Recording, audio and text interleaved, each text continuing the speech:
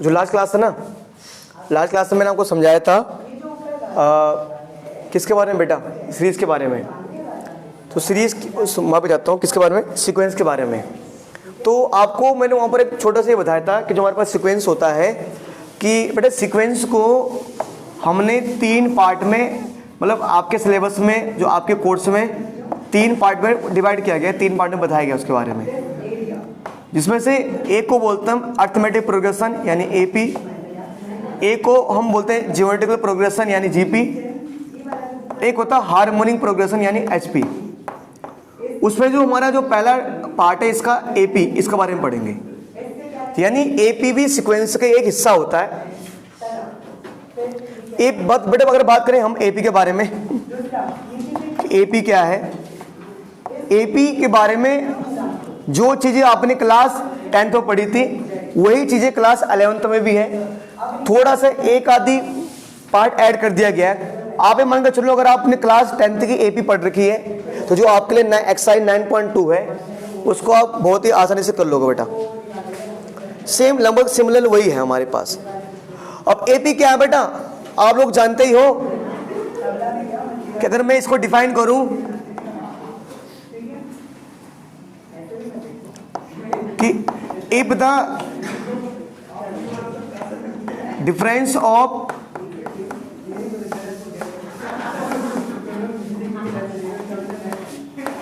To consecutive term of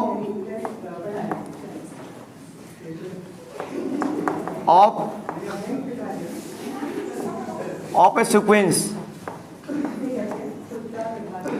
if the difference of 2 consecutive term of a sequence is same, then it will be called AP। मतलब क्या देखो बेटा, इसका मतलब क्या है, देखिए सर, अगर मान के चलो मेरे पास एक कोई सीक्वेंस है, कुछ भी सीक्वेंस, जैसे हमने कहा सर 2 4 6 8 10, ये मेरे पास सीक्वेंस है, ठीक है जी, ये मेरे पास सीक्वेंस है बेटा। 2 4 6 8, हाँ जी बेटा, नहीं बेटा क्लास कुछ नहीं है, इधर नहीं है बोतल, तो कुछ पता नहीं, अंदर पूछ रहे, यहाँ नहीं है बोतल, आप देख लो, किससे मांग ले,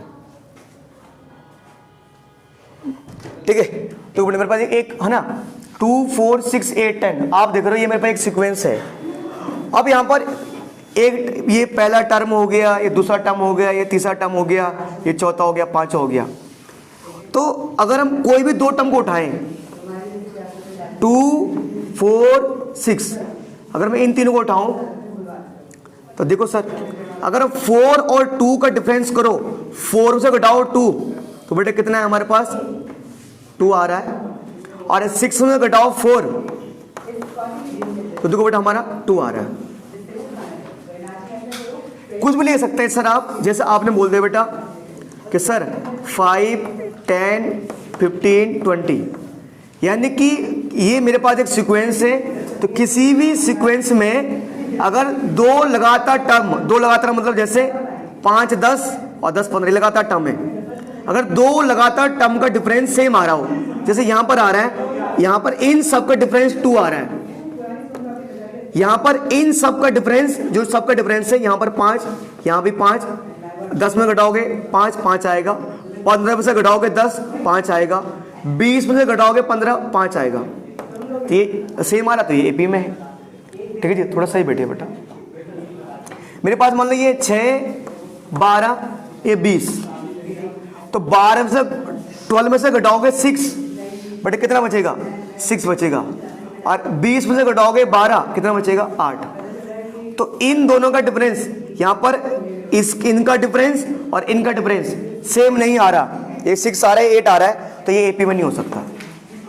ये चीजें बेसिक चीजें जो है ये तो आप क्लास 10th में ऑलरेडी बेटा पढ़ चुके हैं, है ना। ये हमारे कुछ एपी के एग्जांपल थे, सिंपल सी बात है।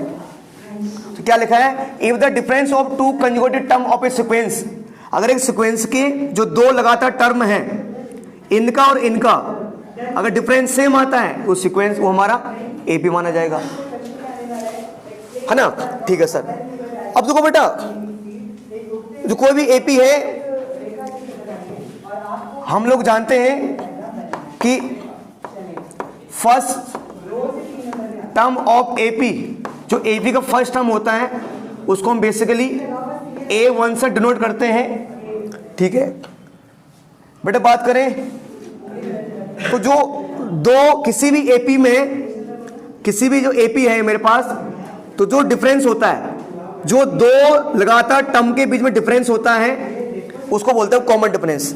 यानी कि डिफरेंस, मैं यहां लिखता हूं, difference between two consecutive term, difference between two consecutive term in AP, उसको बोलते हैं D, मतलब इसको ना, of NAP is called common difference, उसको बोलते हैं कॉमन डिफरेंस। कॉमन डिफरेंस बेटा, ये तो हमारा सारा का सारा जो है ना वो क्लास 10th का ही चल रहा है अभी तक। कॉमन डिफरेंस जिसको हम D बोलते हैं, मतलब कोई भी AP है उसको फर्स्ट टर्म को हम A1 बोलते हैं और जिसको कॉमन डिफरेंस को हम D बोलते हैं। और ये हमारे पास हो गया। ठीक है बेटा, अब इसके साथ साथ आपने एक चीज बेटा पढ़ा होगा क्लास 10th में, जो छोटी बेसिक चीज है कि जनरल टर्म और nth term of an AP, कि किसी भी AP का अगर हमें क्या निकालना है, जनरल टर्म निकालना है या उसका nth टर्म निकालना है, तो nth टर्म मतलब nth मतलब कोई सभी, nth मतलब पहला हो सकता है, दूसरा हो सकता है, तीसरा हो सकता है, उसको लिख देते हैं हम an बराबर a plus n-1 into D।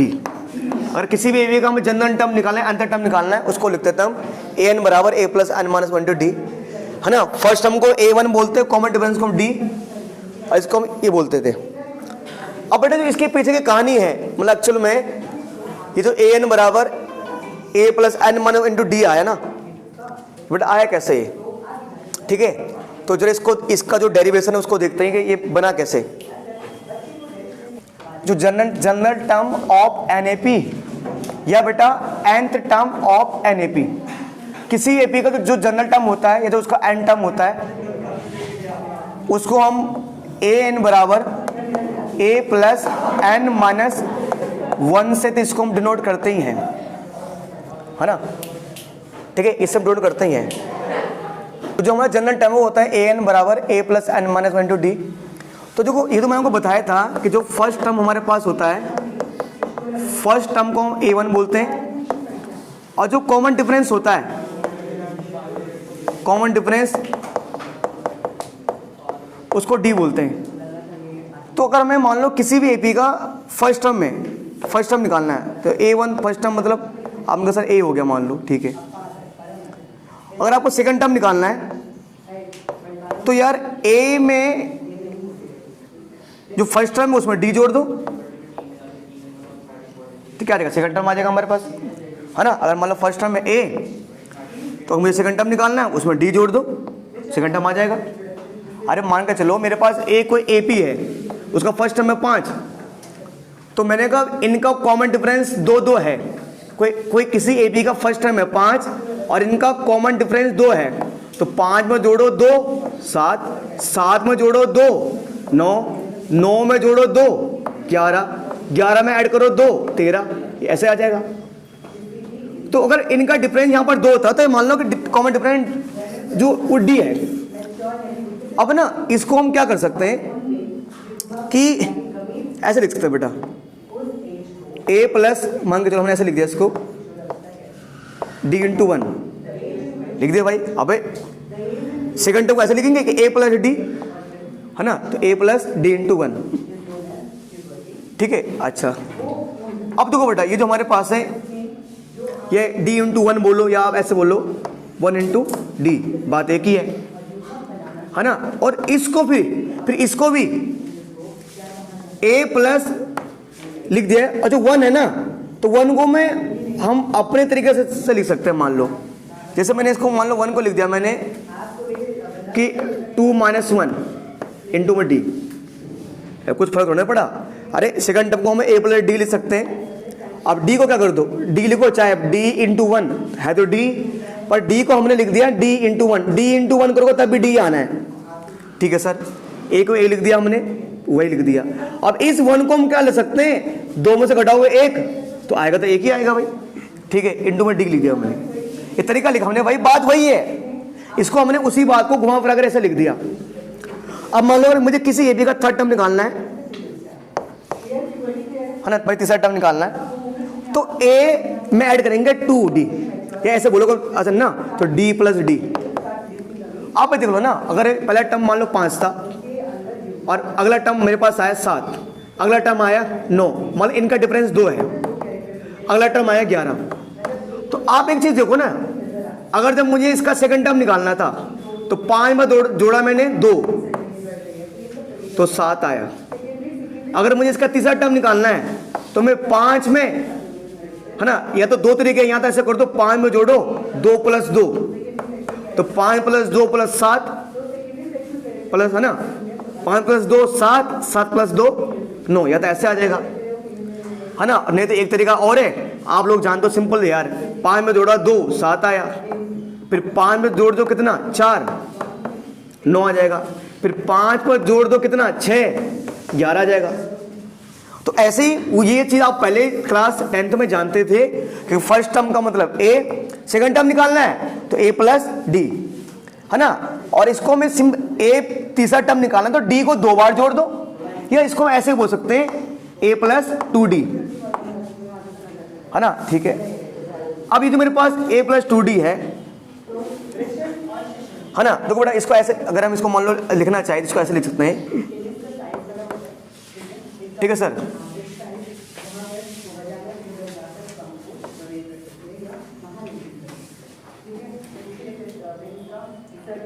a plus 3 - 1 into D. बताओ, अरे ये कैसा है सर, ये थर्ड टर्म निकालना है तो इसको सिंपल, चाहे तुम सीधा a प्लस 2d लिखो, ये पहले a plus d plus D, क्योंकि जब सेकंड टर्म निकालने के लिए, जब सेकंड टर्म निकाला तो एक बार d जोड़ा, जब तीसरा टर्म निकालोगे तो 2 बार d जोड़ोगे। अब a प्लस 2d, ठीक है, a ऐसे लिख दिया। सर 3 माइनस 1 ऐसा आ गया, अरे भाई 3 में से 1 घटाओगे तो आएगा 2 ही, उसमें फर्क वाली क्या बात है। बस इसी चीज को थोड़ा हमने घुमा के लिख दिया कि 3 में से घटाओगे 1 तो 2 आ जाएगा। ठीक है सर, है ना। अच्छा, अब ऐसे मान लो मैं a4 निकालना है तो a प्लस, है ना, या तो जिस प्रकार आप जानते हो कि a3 निकालने के लिए सीधा हम a प्लस 2d लिख सकते हैं, या a3 निकालने के लिए मैंने लिखा a plus d plus D, इसको ऐसे लिख दो a plus d plus d plus D, 3 bar d जोड़ दो, तो इसको मैं लिख सकता हूँ a प्लस 3d। अच्छा, तो इसी को लिख सकता हूँ मैं a प्लस, है ना, जिस प्रकार जब मुझे 1 निकालना था तो 2 में से घटाया 1, जब मुझे 2 निकालना था तो 3 में से घटाया 1, जब मुझे 3 निकालना था तो 4 में से घटाएंगे 1 और d। अब आप एक चीज देख रहे हैं, जैसे यहां पर जब मुझे 2 निकालना था, है ना, जो मेरा सेकंड टर्म था, तो वहां पर क्या आ रहा है ना, वहां पर 2 में से घटा रहा हूं मैं। जब मुझे थर्ड टर्म निकालना था तो मैं 3 में से 1 घटा रहा हूं। जब मुझे 4 टर्म निकालना था तो मैं यहां पर 4 में से 1 माइनस कर रहा हूं, मैं नहीं कर रहा हूं, अपने आप आ रहा है। और आप एक जो ऑब्जर्व भी कर रहे हैं कि सेकंड टर्म निकालने के लिए a प्लस डी आ रहा है, थर्ड टर्म निकालने के लिए a प्लस 2d आ रहा है, फोर्थ टर्म निकालने के लिए a प्लस 3d आ रहा है, और फिफ्थ टर्म निकालने का, फिफ्थ टर्म निकालोगे तो सीधा ऐसे लिख सकते हैं a प्लस 4d, सीधा ना हम इसको a प्लस 4d लिख सकते हैं। ठीक है जी, ठीक है सर। अब इसी a प्लस 4d को मैं इस फॉर्म में ऐसे लिख सकता हूं, a प्लस 5 में से 1 माइनस कर दो d। ये तो हमने जो नॉर्मल तरीका है, हमने कोई फॉर्मूला यूज नहीं किया अभी तक, ये सोच रहा आप इसका यूज कर रहे हैं, अभी तक हमने इसका यूज नहीं किया, इसको देखा नहीं हमने, ये तो हम जस्ट बता रहे हैं कि इसको ऐसे ऐसे कर सकते हैं। ठीक है, चलिए सर, अभी जो हमारा ऑब्जर्वेशन चल रहा है तो ऐसे चलता रहेगा, मान लो 2 मिनट के लिए, यही चीज हमारा अगर ऐसे ही चलता रहा, ये मत सोचना कि ये तो मैंने बताया कि फॉर्मूला ये होता है, अब इसका यूज नहीं किया हमने। अब ऐसे अगर हम मान लो चलते जाए, अगर ये पहला टर्म है, दूसरा टर्म है, तीसरा है, चौथा है, पांचवा है, तो अगर मुझे ऐसे निकालना, मान लो कि मुझे nth निकालना है, nth मतलब मुझे किसी एपी का an टर्म निकालना है, an टर्म। अब सर an का मतलब क्या होता है? अरे an का मतलब होता है कोई से भी नंबर का, n मतलब मुझे पता नहीं यार।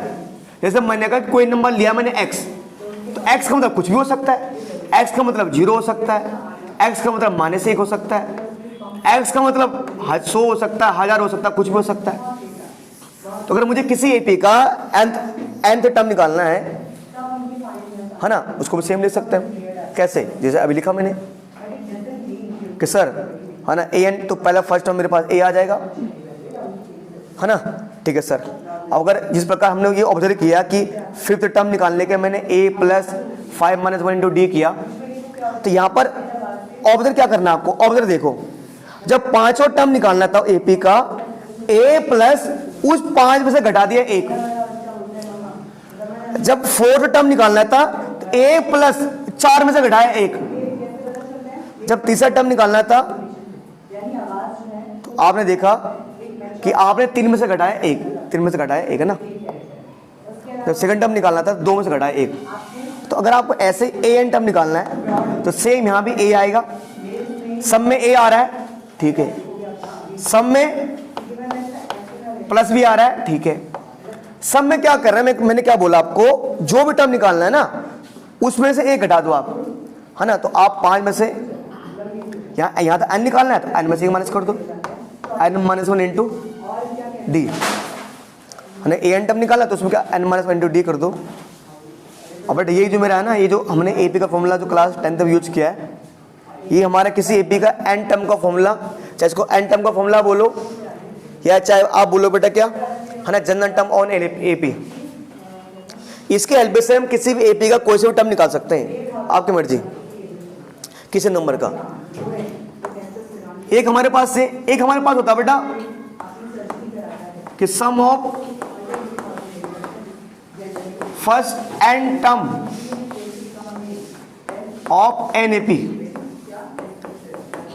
मतलब कोई भी एपी है मेरे पास, जैसे मेरे पास कोई एपी है 2 4 6 8, कोई एपी है मेरे पास, मुझे बोला गया है कि इस एपी के पहले चारों टर्म को सम निकालो, ये मान लो पहले 3 टर्म का सम निकालो। तो हम आप क्या करोगे, 2 + 4 + 6, बट कितना आ जाएगा, 12 आ जाएगा। अगर आपको बोला जाए कि मान लो कोई एपी है 1 2 3 4 5, इसके पहले के 4 टर्म का सम निकालोगे, 1 + 2 + 3 + 4, आप जोड़ दोगे, बट क्या आ जाएगा, 10 आ जाएगा ना। अब अगर आपको बोले कोई एपी है 3 6 9 12 15 और ऐसे करते करते बोला गया 99 तक है, अब इनका सम निकालो। तो अब इस केस में सम कैसे निकाल पाओगे भाई आप, तब तो आप इनको सीधे जोड़ नहीं सकते, तो उसके लिए आपको एक फॉर्मूले का यूज करना पड़ेगा, और जो फॉर्मूला वो आपने क्लास 10th में सीखा था, है ना। आपका मित्र कहाँ गया, आपका, अच्छा ये रहा, अच्छा ठीक है। तो बेटा कैसे यूज करेंगे, तो देखो बेटा 10th में सीखा था आपने, तो कैसे बनेगा देखो बेटा। एक्चुअल में क्या है, हमने एक चीज सीखा था बेटा 10th में कि सर मान लो मेरे पास कोई an है, कोई मेरे पास 2 मिनट के लिए मेरे पास कोई एपी है ना, वो है a, फिर है मेरे पास कोई एपी है, मान लो मेरे पास, मुझे जोड़ना है उनको ना, तो a1 + a2 + a3 + a4 last में an, ऐसे लिख दिया मैंने। कोई एपी है मेरे पास a1 + a2 + a3 + a4 plus मैंने लिख दिया plus dash dash dash last में an। सर क्या कर रहे हो ये, अब जैसे मैंने कहा मेरे पास कोई एपी है 2 4 6 8, इनको जोड़ूंगा, ये फर्स्ट टर्म है, ये सेकंड टर्म, ये थर्ड टर्म, ये फोर्थ टर्म, ऐसे जैसे 2 4 6 8 लिखता हूं ना मैं, ऐसे मेरे पास कोई मान लो ये है। तो अगर मुझे इन एपी को एक कोई एपी है और इनको मुझे जोड़ना है, तो मैं इनको लिख दूंगा एस एन बराबर, मतलब जो इनका सम आया है इसको रिप्रेजेंट किया जाता है एस एन से। एस का मतलब सम और एन का मतलब होता है, मतलब इस पूरे एस एन का मतलब ये होता है कि sum of first n term of n AP. किसी भी एपी की अगर पहले एन टर्म का सम निकालना है तो हम इस फॉर्मूले का यूज करते हैं। ठीक है सर, तो हमने लिख दिया एस एन बराबर, मतलब कोई एपी था, उसका फर्स्ट टर्म A1 होता है, second term A2, third term A3, fourth को A4 बोलते हैं, और जो लास्ट टर्म बोल सकते हैं हम, ये जो लास्ट तक चल रहा है उसको हम AN बोलते हैं।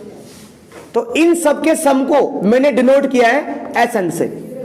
सही बन जा भाई, ठीक है। अब इसको हम क्या लिख सकते हैं, अगर जो उसका फर्स्ट टर्म है तो फर्स्ट टर्म को A बोलते हैं, हम सेकंड टर्म को क्या बोलते हैं A प्लस D, हम थर्ड टर्म को बेटा क्या बोलते हैं A प्लस 2D, हम फोर्थ टर्म क्या बोलते हैं A प्लस 3D। ऐसे चलता रहेगा चलता रहेगा चलता रहेगा, ठीक है। और AN को क्या बोलते हैं, जो बताया था AN को, जो A1 लिखा है ना, AN को क्या बोलते हैं, है ना, A plus N minus 1 into D, ये प्लस है यहाँ पर, प्लस है बेटा, ऐसे बोलेंगे। अब अगर मान के चलो, अरे आप लिखो चाहे 1 प्लस 2 प्लस, मतलब सॉरी, हाँ 1 प्लस 2 प्लस 3 प्लस 4, ये चाहे बोलो 4 प्लस 3 प्लस 2 प्लस 1, आना सम क्या है, सेम ही है। चाहे आप 1 2 3 4 बोलो, सम कितना आना है 10, चाहे बोलो 4 3 2 1, सम कितना आना है 10। तो यानी कि मैं इसी चीज को रिवर्स ऑर्डर में लिख रहा हूं, है ना। इसको आप मान लो फर्स्ट इक्वेशन 2 मिनट के लिए, मैं इसी को लिख रहा हूं रिवर्स ऑर्डर में। कैसे रिवर्स ऑर्डर मतलब क्या, देखो बेटा लास्ट टर्म क्या है इसका A plus N minus 1 into D, इसका लास्ट टर्म ये है। अच्छा ये तो लास्ट टर्म, अच्छा जरा आप बताइए बहन जी, अच्छा इससे पहले वाला क्या रहा होगा, जैसे इससे पहले वाला क्या रहा होगा A plus N minus 2 into D। अरे जब उल्टा करोगे ना, अरे भाई साहब दो कोई सब टर्म हो, मतलब कोई टर्म, आप कॉमन सेंस वाली बात है ना। अगर 2 मिनट के लिए मेरे पास लास्ट टर्म 16 है, मतलब कोई n का मतलब 16, तो अगर मुझे 16 से पहले वाला टर्म निकालना है, 16 पहले वाला टर्म है ना, तो मैं 16 में से 1 माइनस कर दूंगा, तो कितना आया 15 आएगा। अब मान लो मुझे 16 से पहले वाला निकालना है, तो मान लो मैं क्या करूंगा, फिर 16 में से क्या करूंगा 2 माइनस करूंगा। तो अगर इसका जो लास्ट टर्म है, ये तो आपने क्लास 10 में सीखा बेटा, इसका last term A plus N minus into D है, उससे जस्ट पहले वाला निकालना है, एक पहले वाला टर्म, तो जहां पर N में से एक माइनस किया था वहां क्या कर दो 2 माइनस कर दो इस बार। सिर्फ इसी प्रकार अगर क्या करना है, इससे जस्ट पहले वाला, मतलब उल्टा आ रहे हैं इस बार, हम पहले सुलटा गए तब उल्टा आ रहे हैं हम, तो क्या निकलेगा A plus N minus 3 into D। ये भी जब चलता रहेगा तो उल्टा वापस आओगे, बैक आओगे, लास्ट में क्या मिलेगा A मिलेगा, लास्ट में लास्ट आपको मिलेगा A। इससे मान लो इक्वेशन नंबर 2। मैंने कुछ नहीं किया, एक बार चला मैं सीधा, एक बार चला मैं रिवर्स में। ये चीज थोड़ी सी आपको तकलीफ दे सकती है, पर एक बार मन ही मन सोचो, भगवान का मतलब स्मरण करो, अब आप लग जाएगा बेटा, हाँ ये ऐसा होने वाला है। अब क्या करो ना, इन दोनों को बेटा ऐड कर दो आप, इक्वेशन फर्स्ट और सेकंड को, फर्स्ट और सेकंड को ऐड करो आप। तो देखो बेटा एक चीज देखो, आप S में ऐड करोगे, SN में ऐड करोगे SN, तो 2SN आएगा। अगर ये समझ नहीं आया तो ये समझो तुम्हारे पिताजी के पास एक गधा था और एक गधा और आ गया, तो ये हो गए 2 गधे, है ना, ये हो गया 2SN। अब देखो बेटा, अब मान लो मुझे इनको ऐड करना है, अब मुझे ऐड ऐसा करना है कि पहले वाले के साथ हम क्या ऐड करेंगे, पहले वाला, ध्यान देना, मतलब एक हम पेयर बना रहे हैं A प्लस, देख इस A में पहले वाले के साथ मैं ऐड करूंगा ये पहले वाला, मतलब ध्यान दो बेटा कैसे,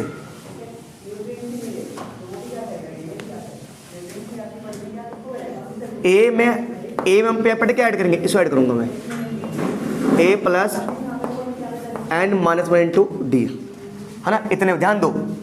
पहले वाले में ये पहला वाला इतना टर्म ऐड करूंगा मैं, ठीक है। तो आपने इसको ना ऐसे ब्रैकेट ले सकते हो 2 मिनट के लिए, ऐसे कर सकते हो आप थोड़ा समझने के लिए। फिर इसके किसमें a प्लस डी में आप क्या ऐड करोगे, a plus n minus 2 into d, ठीक है ना। ऐड करें अगर हम इस a प्लस डी में, जो a प्लस डी है, देखो पहले वाले में तो हमने इसमें ये ऐड किया, अगर हम इसमें इस a प्लस डी में इसको ऐड करें, मतलब a प्लस डी में हम ऐड करें, a प्लस डी में ऐड करें इसको, किसको, a plus n minus 1 into a minus n minus 2 into d को। सेम इसी प्रकार अगर हम a प्लस 2d में, a प्लस 2d में ऐड करें a plus n minus 3 into d, है ना, a प्लस 2d में ऐड करें a plus n minus 3 into d को ना, मान लो अगर ऐड करते हैं सेम, देखते क्या आता है। और ये मतलब हमारा ऐसे चलता रहेगा बेटा। अब देखो बेटा, अगर हम थोड़ा सा ऑब्जर्व करें और कि 2SN बराबर, आप जरा इस वाले पार्ट को सोल्व करो बेटा, थोड़ा सोल्व करने की आवश्यकता हमें। देखो बेटा a प्लस ए कितना आ रहा है, 2a, यार a प्लस ए 2a, ठीक है। और ये ऐसे क्या अंदर ऐसे आ जाएगा n माइनस 1 इंटू डी। अब अगर इस वाले पार्ट को सोल्व करोगे, थोड़ा सा मैं इसको ना यहाँ अलग से लिख रहा हूँ इसको। देखो मैं लिख रहा हूँ a plus d plus a, है ना, मैं इसको यहाँ लिख रहा हूँ, मतलब a plus d plus a plus n minus 2 into d, ये मेरे पास है, ठीक है। a प्लस डी मतलब मैंने इसी चीज़ को यहाँ लिख दिया है, a plus d plus a। अब देखो बेटा, एक बार अगर आप 2 मिनट के लिए अगर आप n को कर दो d से मल्टीप्लाई, ये हो जाएगा एन डी। अब माइनस 2 को कर दो d से मल्टीप्लाई, ये हो जाएगा 2d, है ना। a प्लस ए कितना हो गया, a प्लस ए 2a, ठीक है। अब अगर आप ये d है और ये माइनस का 2d, तो अगर आप d में से घटाओगे माइनस का 2d तो कितना बचेगा, माइनस का d बचेगा। अब प्लस का कितना आएगा, nd आएगा। हमने इसको ओपन कर दिया मैंने यार, मैंने d को अंदर मल्टीप्लाई कर दिया, ये nd आ गया माइनस 2d आ गया। तो d में से घटाओगे माइनस 2d, माइनस का d बचेगा, ये nd ऐसे आ गया। अब अगर मैं इसको करता हूँ 2a, थोड़ा मैं nd को आगे लिख देता हूँ, माइनस d को मैं बाद में लिखता हूँ, 2a प्लस, तो इन दोनों में कॉमन क्या आ रहा है, d, इन दोनों में d कॉमन आ रहा है, तो d आ जाएगा बाहर, तो अंदर बचेगा यहाँ n। जब इसमें से जब d बाहर आ जाएगा यहाँ n बचेगा, इसमें से d बाहर आ जाएगा 1 बचेगा। ये आ रहा है 2a plus n minus 1 into d, ये तो यही आ गया जो पहले वाला था हमारे पास, सेम वही आ गया बेटा। तो मतलब इनको भी ऐड करने पर यही आ रहा है, इनको भी ऐड करने में यही आ रहा है, क्या यही कि 2a plus n minus 1 into में डी। सेम ना, सेम इनको भी जो आप ऐड करोगे इनको भी ऐसे ही आएगा, सेम इनको भी ओपन करोगे ना ऐसे ही, तो यहां भी यही आएगा कि 2a plus n minus 1 into d, ये बेटा आता रहेगा हमारा। अब सर ये कितनी बार आएगा, कहां तक आएगा, ये देखना हमें, ये कितनी बार है, कहां तक आएगा। देखो बेटा 2SN मैंने लिख दिया 2a plus n minus 1 into में डी, ये लिख दिया मैंने। अब मैंने बाहर n लिख दिया। अब आप बोलो सर आपने बाहर n क्यों लिखा है, बेटा एक चीज देखो, देखो मान लो मैं ऐड कर रहा हूं 2 प्लस 2 प्लस 2 प्लस 2 प्लस 2, तो कितना आएगा बेटा, क्या जाएगा, 10 आ जाएगा। अब यहां पर एक कॉमन सेंस मैं देख रहा हूं, यहां भी 2, यहां भी 2, यहां भी 2, यहां भी 2, कितनी बार आ रहा है, 5 बार।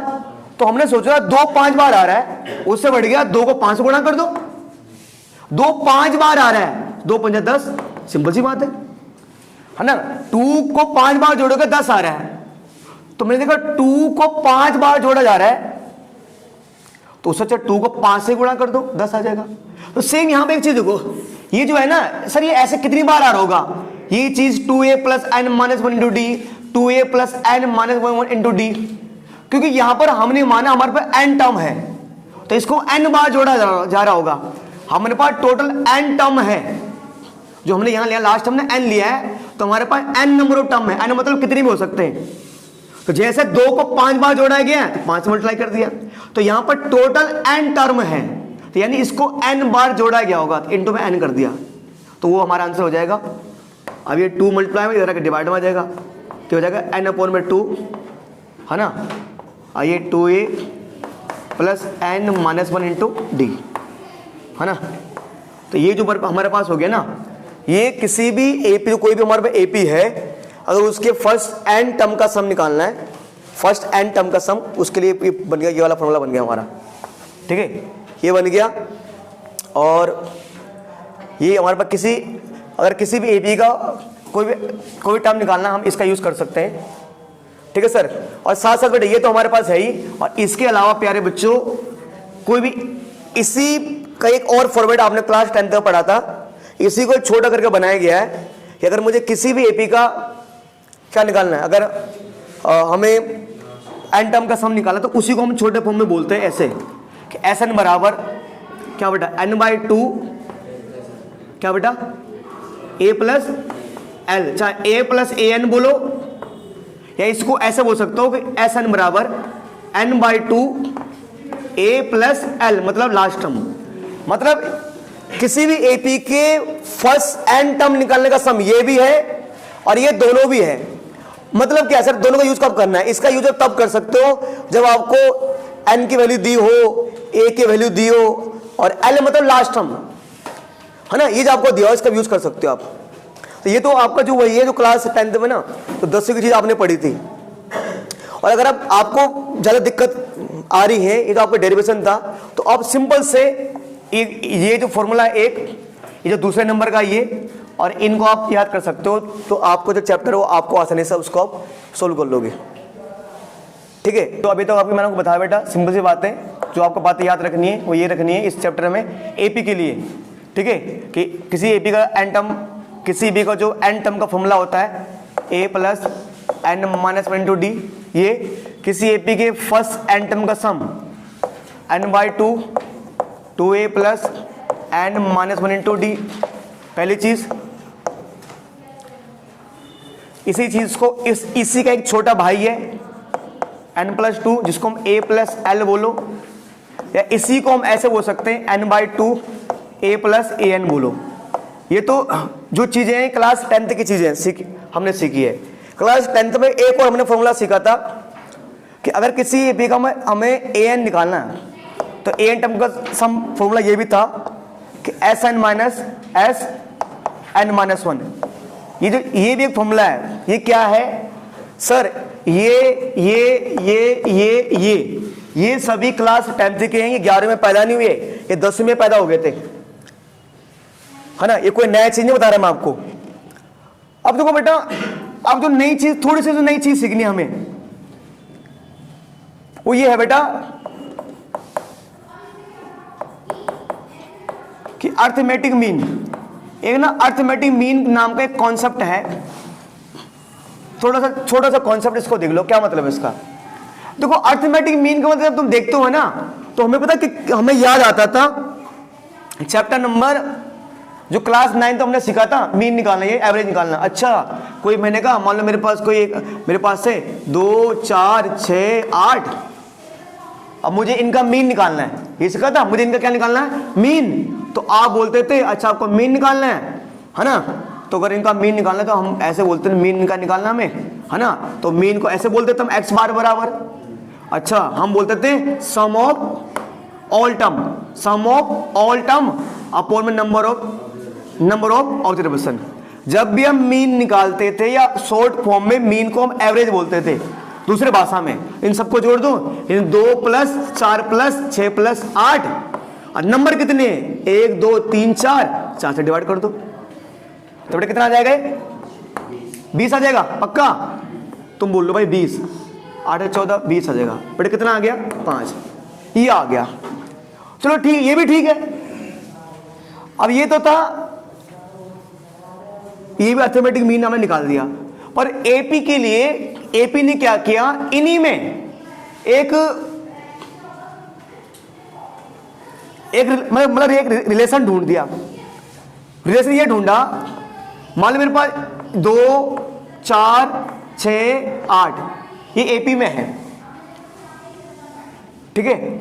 अच्छा, और इस पहले टर्म को बोला गया ए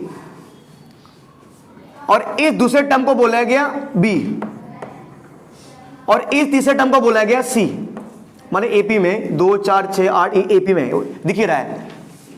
तो पहले टर्म को ए, मतलब पहले टर्म नहीं, मतलब मैंने मान लिया, इसको जरूरी नहीं है, मतलब ये 3 लगातार टर्म है। आप किसी को पकड़ लो यार, अभी आता हूं मैं। मान लो अगर 3 लगातार टर्म है, पहले वालों को ए, अगले वालों को बी, अगले वालों को सी। आप एक चीज देख रहे हो, अगर मैं 6 में जोड़ू 2, कितना आ गया 8। अब उसमें किसका डिवाइड करूं, 2 का डिवाइड, किसके डिवाइड 2 का, तो कितना आ रहा है 4, मतलब बीच वाला टर्म आ गया। मतलब हमने क्या ऑब्जर्व किया, अगर ए बी सी ये एपी में है तो जो पहले और लास्ट टर्म का एवरेज होगा, सॉरी मैं बोल दूं, अगर 3 टर्म एपी में है तो जो अगर पहले और दूसरे टर्म का, पहले और तीसरे टर्म का जो एवरेज होगा वो दूसरे टर्म के बराबर होगा। एवरेज मतलब क्योंकि मैंने ए में जोड़ा है सी, तो यहां पर 2 टर्म है ना, अपॉन में क्या लिख दो 2, तो किसके बराबर आएगा बेटा, वो बी के बराबर आएगा। ये जो अर्थमेटिक मीन है वही कहता है कि अगर 3 टर्म एपी में है तो जो पहले और तीसरे टर्म का जो एवरेज आएगा वो दूसरे टर्म के बराबर आएगा।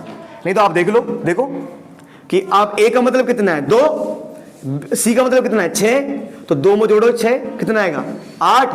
जब 8 में 2 को डिवाइड करोगे तो कितना आएगा 4, ये आ रहा है बेटा, है ना। नहीं तो आपको इसी को आप ऐसे देख लो, आप 4 6 8 को लेकर चेक कर लो, ये इसको ए मान लो, दूसरा वाला है बी, तीसरा वाला सी। देखो तो मैंने कहा था ना a प्लस सी अपॉन में 2 बराबर बी कहा था मैंने, ये एपी में है ही, तो पहला वाला ए कौन है 4, सी कौन है मेरे पास 8 अपॉन में 2, बी कितना है 6 है ही, 8 4 12 अपॉन में 2 बराबर 6 है ही, 6 आ गया, 6 बराबर 6 आ ही रहा है। तो ये मैंने जो रिलेशन है इनमें ये निकलता है। अब इसी से ना, इसी को हम दूसरे फॉर्म में बोल सकते हैं, कैसे, मतलब जो अर्थमेटिक मीन क्या है, यही अर्थमेटिक मीन है, सिंपल सी बात है, a plus c plus 2 upon में बी। यानी कि इसका बोलने का मतलब ये है कि अगर कभी कभी हमारे पे एक नंबर का एक छोटा सवाल आ जाता है, वो बोलता है कि बताओ एपी में है नहीं, मतलब अर्थमेटिक मीन के हिसाब से अगर कोई भी 3 टर्म हो, उनको चेक करना है एपी में है या नहीं, तो कॉमन डिफरेंस उनका इक्वल होगा ही होगा, है ना, डिफरेंस उनका सेम आएगा, यहां से बता सकते हैं हम।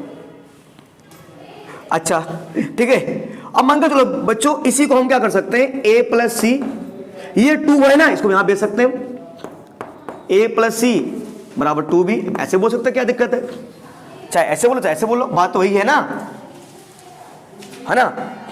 तो a प्लस सी अपॉन 2 बराबर b, तो इसको यहां कर दे बेटा, ये यही अर्थमेटिक आपका मीन है ना, जो हमारा एपी में लगता है, एपी वाला अर्थमेटिक मीन है। तो कुछ क्वेश्चन आएंगे इस पर बेस होंगे, तो वहां पर हमें इसका यूज करना होगा, ठीक है सर।